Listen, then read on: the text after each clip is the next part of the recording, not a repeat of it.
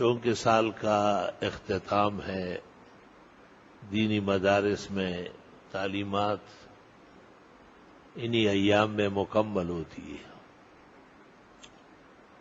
رمضان شریف کے بعد جو مہینہ ہے اس کو شوال کہتے ہیں۔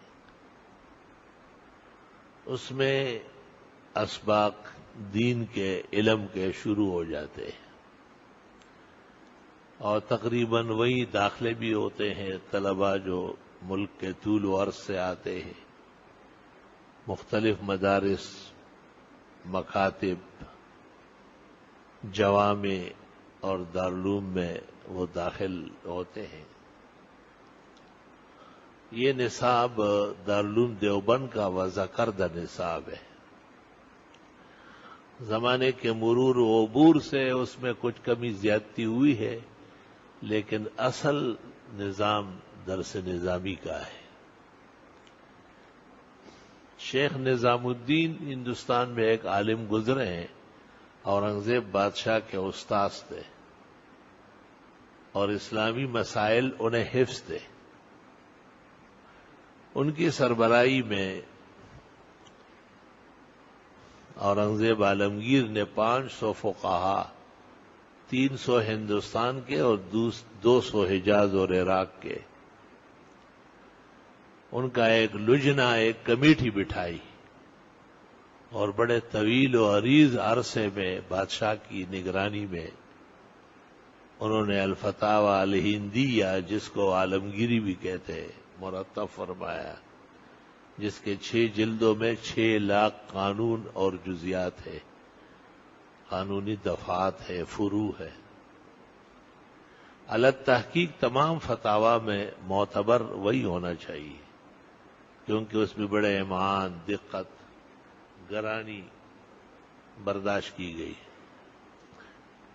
حضرت مولانا شاہ ولی اللہ صاحب محدث دہلوی کے والد شاہ عبد الرحیم مرحوم، وہ بھی اس کمیٹی کے ممبر رہے، اور شیخ عبدالحق محدث دہلوی کے صاحبزادے مولانا نور الحق صاحب دہلوی، وہ بھی اس کمیٹی کے سینئر ممبروں میں سے تھے۔ عالمگیری جب مکمل ہوگا، کتاب پوری ہو گئی، تو بادشاہ سلامت نے علماء دین کو کہا کہ جو جس سرزمین پر آباد ہے اور وہاں سرکاری املاک ہے، وہ ان کے نام کر دیتا ہوں، اور یہ کتاب کا انعام و اکرام ہے۔ سب سے پہلے شاہ عبد الرحیم صاحب کھڑے ہوئے، اور انہوں نے اورنگزیب بادشاہ کو کہا کہ جس طرح بادشاہ نے اپنی مغفرت کے لیے ہم سے دینی کتاب لکھوائی ہے، ہم نے بھی اپنی مغفرت کے لیے یہ کوشش کی ہے، ہم کچھ لینے کے لیے تیار نہیں۔ اور پھر مولانا نور الحق صاحب دہلوی نے ان تمام کے جو سر لشکر تھے، اس زمانے میں اس کو صدر الصدور کہتے تھے، وہ شیخ نظام الدین تھے، اور انہوں نے ایک نصاب تعلیم علماء کی سہولت کے لیے تجویز فرمایا کہ نحوے کی یہ کتاب، صرف کی یہ، منطق کی یہ، عروض کی یہ، ادب کی یہ، فقہ کی یہ پڑھ کر پھر جب یہاں تک آئے، پھر تفسیر پڑھے، اصولی تفسیر پڑھے، پھر جب یہاں تک آئے پھر احادیث پڑھے۔ اس وقت احادیث کی 2 کتابیں عروج پر تھی، مشارق الانوار صنعانی کی اور مشکات المصابیح ولی الدین عراقی کی۔ پاکستان، ہندوستان، پاکستان تو نہیں تھا، زرزمین تھی، افغانستان، ان تمام علاقوں میں یہی کتابیں رائج رہی۔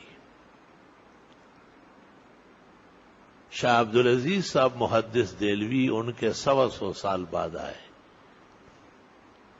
اور انہوں نے اس میں بخاری اور مسلم کا اضافہ فرمایا کہ یہ بھی ضروری ہے پڑھنا، شاہ ولی اللہ صاحب نے موطا مالک پڑھائی تھی، مصوا و مصطفیٰ 2 شرح اس کی لکھی، ایک فارسی میں اور ایک عربی میں۔ جب شاہ عبدالعزیز پر ٹھیک 100 سال مکمل ہوئے اور دارالعلوم دیوبند قائم ہوا، 1239 میں شاہ عبدالعزیز صاحب فوت ہوئے اور 1339 میں شیخ الہند مولانا محمود الحسن صاحب، جو حضرت مولانا اشرف علی، حضرت مولانا انور شاہ، حضرت مولانا حسین احمد مدنی، حضرت مولانا مفتی کفایت اللہ، تمام اعلام العلم اور جبال دین کے استاذ اعظم تھے اور شیخ المشائخ تھے۔ انہوں نے صحاح ستہ، جو حدیث کی 6 کتابیں ہیں، بخاری، مسلم، ترمذی، ابو داؤد، نسائی، ابن ماجہ، اور پھر شاہ انور شاہ صاحب نے اس میں شرح المعانی اور 1-2 کتابوں کا اضافہ فرمایا۔ اللہ تعالیٰ نے اس نصاب کو ایسی قدر عطا فرمائی اور اسے ایسا مقبول بنایا ہے کہ جو اس نصاب سے گزر جاتا ہے اللہ اسے عالم دین بنا لیتا ہے۔ عالم دین بننا بہت مشکل کام ہے۔ نہر کے سر بتراشت کلندری دارت، نہر کے آئی نہ دارت سے کندری دارت۔